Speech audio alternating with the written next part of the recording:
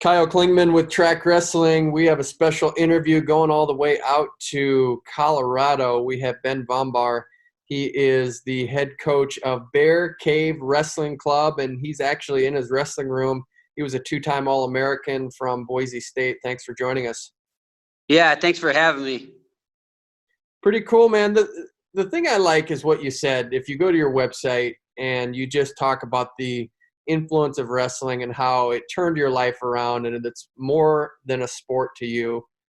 Take us through why that is and elaborate on why wrestling's so meaningful to you. Well, to give some background on my wrestling, I started later in middle school, and I didn't come from a wrestling family, but I was just kind of a tough kid and wanted to try wrestling out. But middle school was a rough time for me where I struggled socially, ran with the wrong crowds, getting in trouble, suspended. I actually got expelled in 6th grade and kicked out of school entirely. Wrestling gave me structure. It put me around the right people.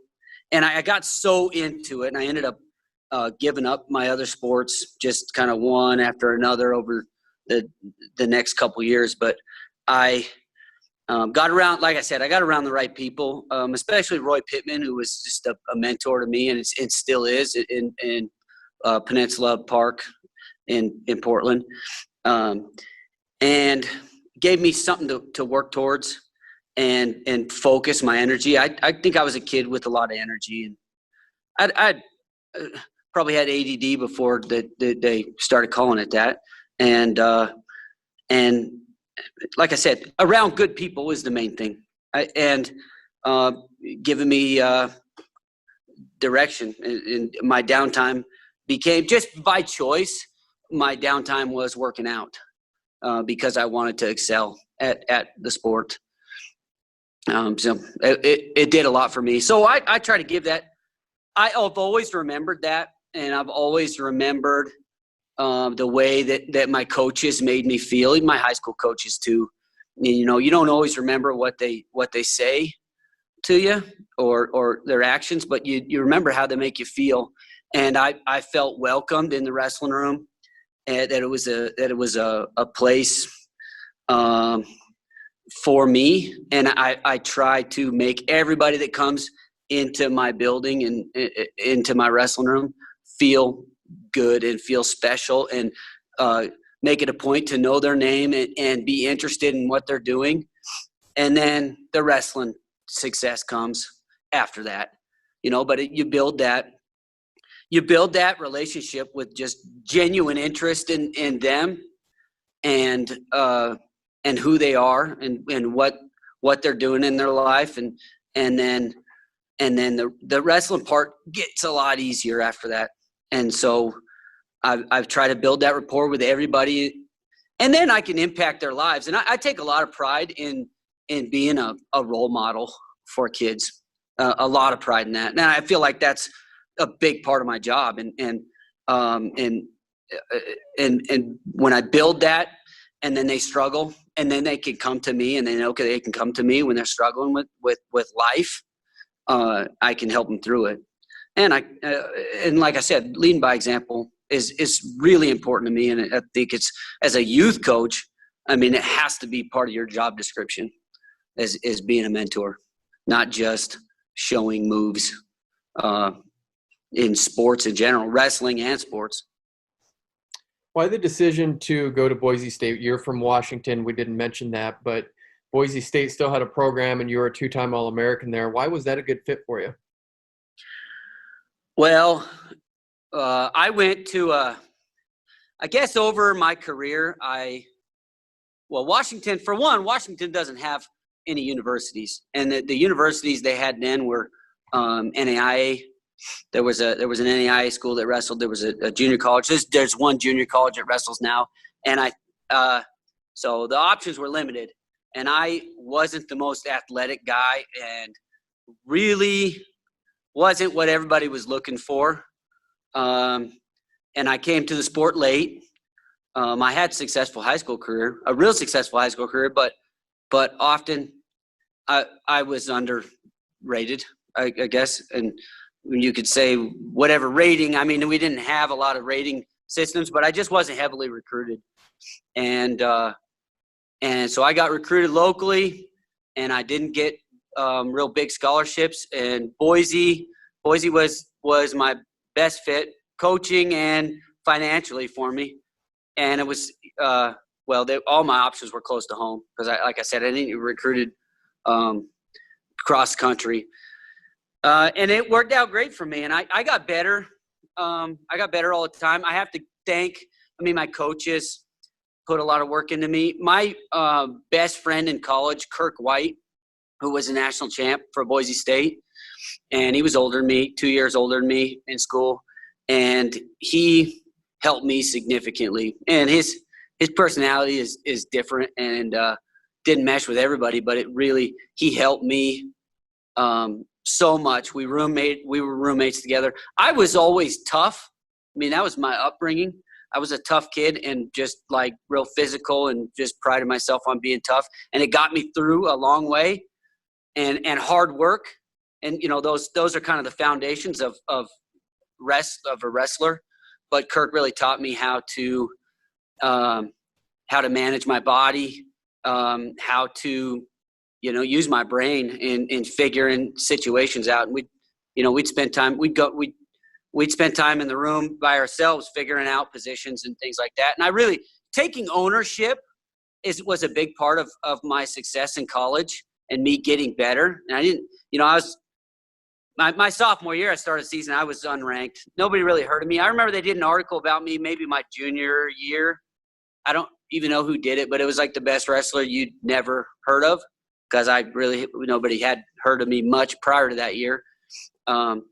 Beat some good guys my sophomore year, late in my sophomore year, but took ownership in figuring things out and asking my coaches the right questions.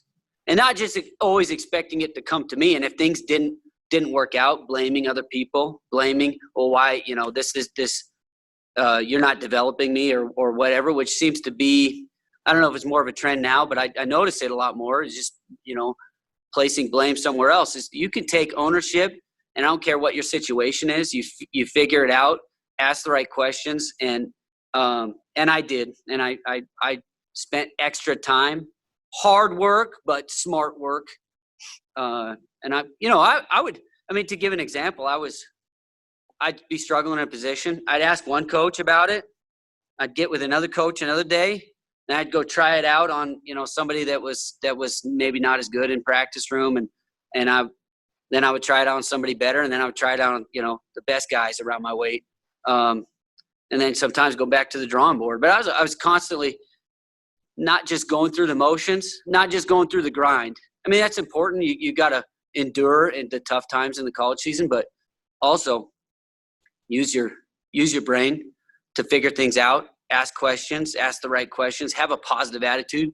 Every day I entered the room, I had a mindset of I was going to improve in this position, or I was going to score out of this position today, or I was going to not get scored on, or just, I had those small goals of improvement, not just trying to survive or get through practice.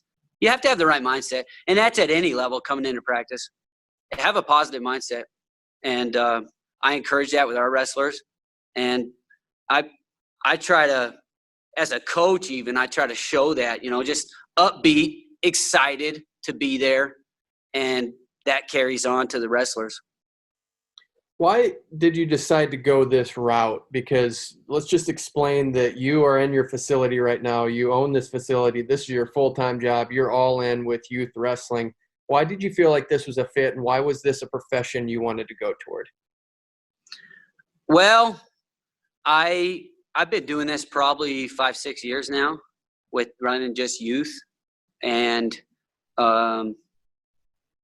really feel like I can impact a lot of people. I can't say there's one reason, but once I got into it, I feel like I can impact a lot of people, at a young age when they're most impressionable. And positively impact more lives that way. That's not to say that I didn't enjoy my time as a college wrestling coach. And I even coached high school. And I enjoyed those. But I really feel like this is a great fit for me. And I over the years, I'm constantly striving to be a better coach and really impact more and more kids in big ways. And now, we have beginners, and my goals for them may be different. It's to keep them involved in the sport, keep them excited about the sport, and then for a lot of our high schoolers, they're getting college scholarships or trying to find the right fit for colleges. And then, for different talent levels, it's different. Some kids are struggling to fit in, find a place to fit in and be a part of a team and impact a team, and so there's different goals, and I relate to the kids in different ways. And so why? For several reasons, but the main reason being I can impact a lot of kids and really take that on, as that's the most important thing about what I do, is it not just impacts some, not just impact the best guys, but to impact everybody that comes through into my room, impact them positively and keep them excited about the sport. Got you back there. Okay. I don't know what happened there. No worries at all. So just so we can paint a mental picture here. So we have Denver up here, you have the I-25 corridor, and then you have Colorado Springs. Where are you located, and where do you draw from for your club? Well, we actually practice. So I have this facility. This is in Greeley, between Greeley and Windsor. My kids are in the Windsor School District. But that's by Fort Collins, so that's an hour north of Denver. But we practice at Fort Lupton High School, so that's 40 minutes south of here, maybe 30 minutes south of here, and we practice at Windsor High School. So we have a few locations. I draw from a large area, and we get kids that travel from Wyoming. We get kids that travel from the mountains up to 2 hours, probably more for some kids. That are just seeking the good workouts and also getting around the right people. Philosophy is such a big part of youth sports, but especially in youth wrestling, because how many times have you seen a dad or mom berating the kid and they live vicariously through them? What's the balance? What philosophy do you have about youth wrestling, and then how do you implement that, make sure the parents know that this is where you stand?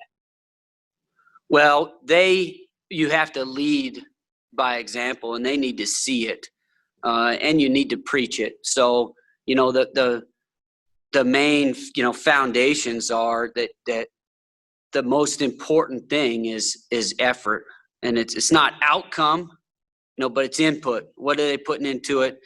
How are they giving effort? And we lose sight of that. I mean, but that's at all ages. That outcome becomes more important when you get older. But really what it comes down to is, are you giving a good effort at this? And if they are, you pat them on the back, you show enthusiasm for them.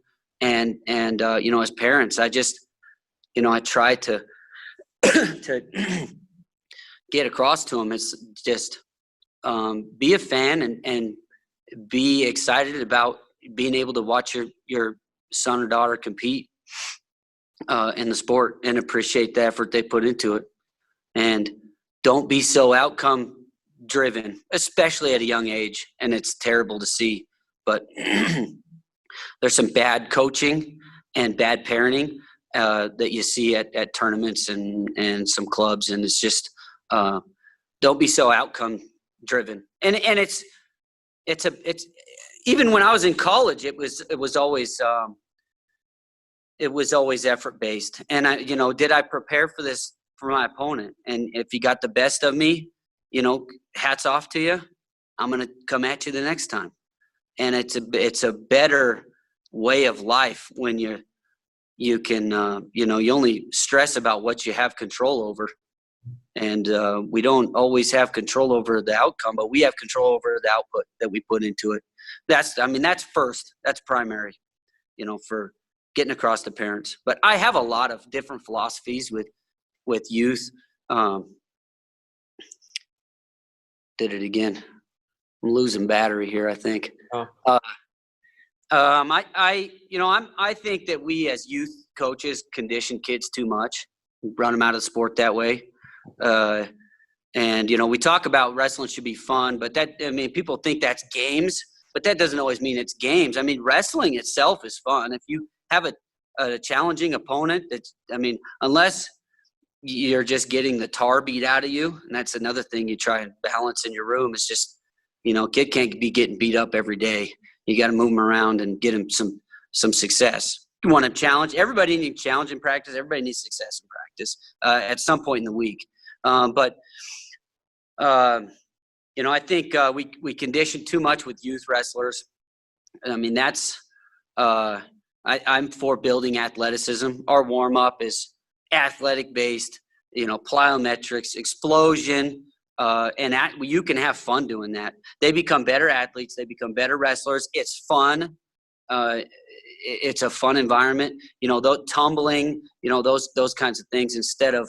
I took my son to a youth practice before I started coaching, and they did 100 push-ups, and he couldn't properly do 10 push-ups, and it was just, I just didn't, that's just one example, but it's like, I don't know how much an 8-year-old is getting out of that, whereas, we could be doing a bunch of plyometric stuff and then just wrestling and having a lot of fun doing that. And it's not that I don't teach.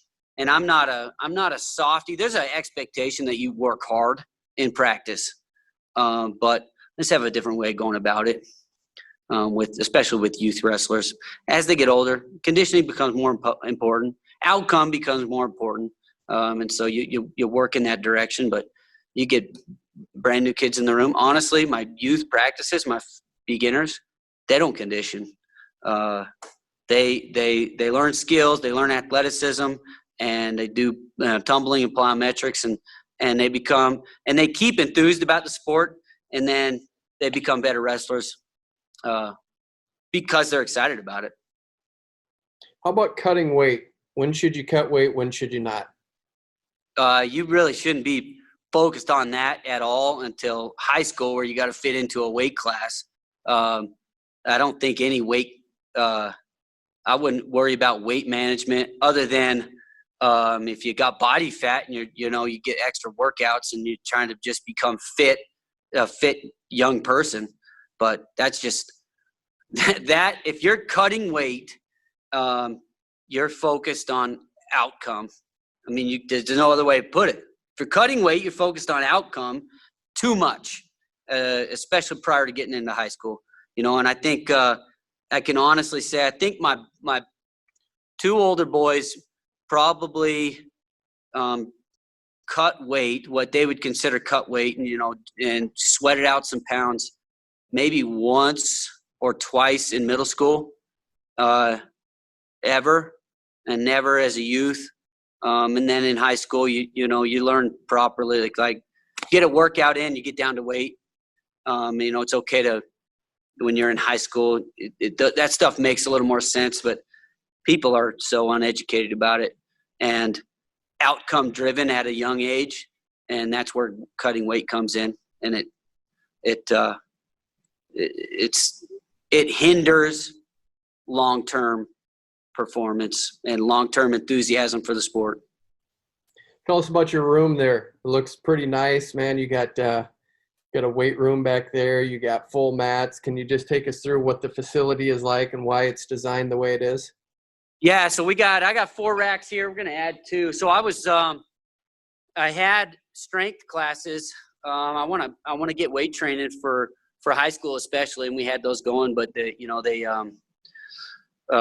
with stay-at-home order, we're not able to do that. But when we get back into it, I think a good strength program is really important at the high school age, and you can incorporate it if it's done properly at the middle school age too.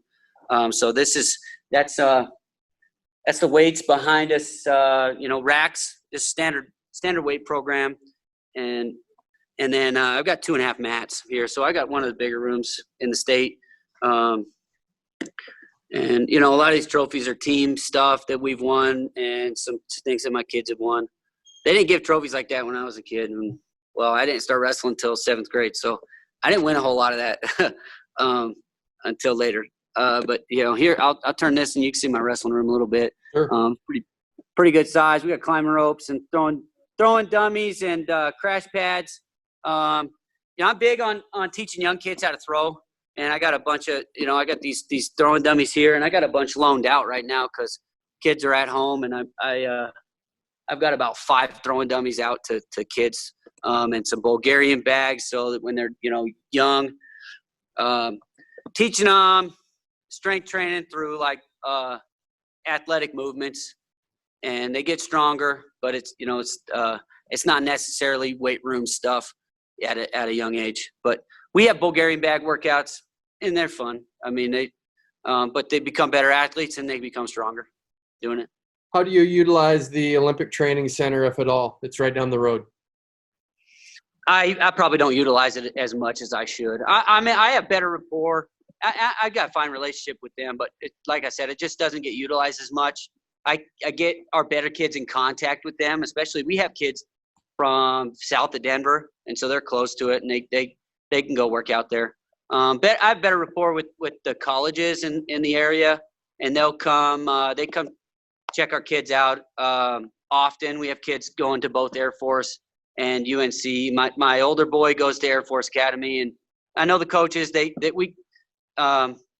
They'll come and help me out with if I got a clinic and working kids out. I'll do. I get out-of-state kids that come and stay with me too, and it's an opportunity for them to see some talent, but also they'll scout my practices and get involved. So I got a good rapport with them. I think we got we just had 2. We got 2 committed to UNC next year, and I already have 1 there. So we have 3 athletes there at Northern Colorado, and that's exciting. And I get to watch them show up to their duels, both Air Force and UNC, try to support the programs in state.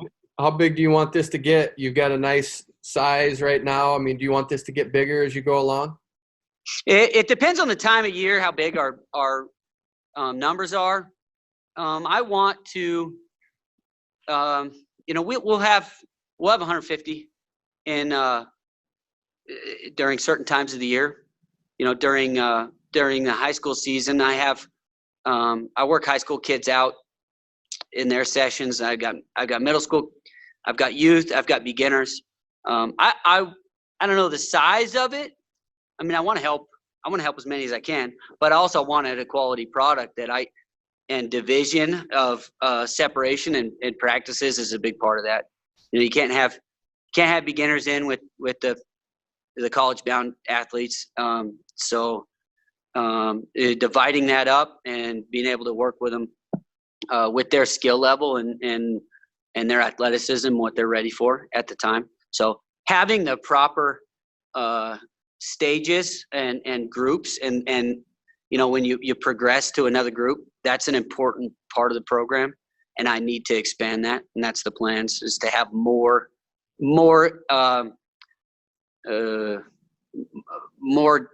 I don't even know age group, but abilities levels, and they progress into the elite groups.